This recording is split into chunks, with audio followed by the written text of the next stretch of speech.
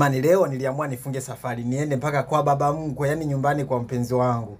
Niende niangalie, niwaambie bana baba mkwe mimi leo sina hela. Niangalie, nikimwamkuta baba mkwe hata mama mkwe, nikasema ngoja niende nigonge mlango, afu niombe hela, niangalie je wanaweza akanisaidia. Na nikaamua nivae kabisa nguo za kawaida, nikafika pale nikagonga mlango. Nikachungulia hapa na pale, nikakuta hamna mtu. Nikasema sasa hapa ngoja nichungulie chini hapa, nikakuta hamna mtu. Nikasema kwa mlinzi hata hamna leo.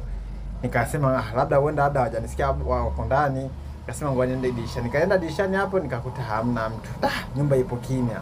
Sasa mpenzi wangu yeye nilijua kabisa ameenda kazini, ndio maana nikasema ngoja niende niangalie je baba mkwe ana moyo wa kunisaidia au mama mkwe. Kabidi nikae kwanza nipozi hapo. Nikaamka tena hapo. Nilivyosikia kuku analia. Nikaenda tena kugonga mlango, nikaona kimya.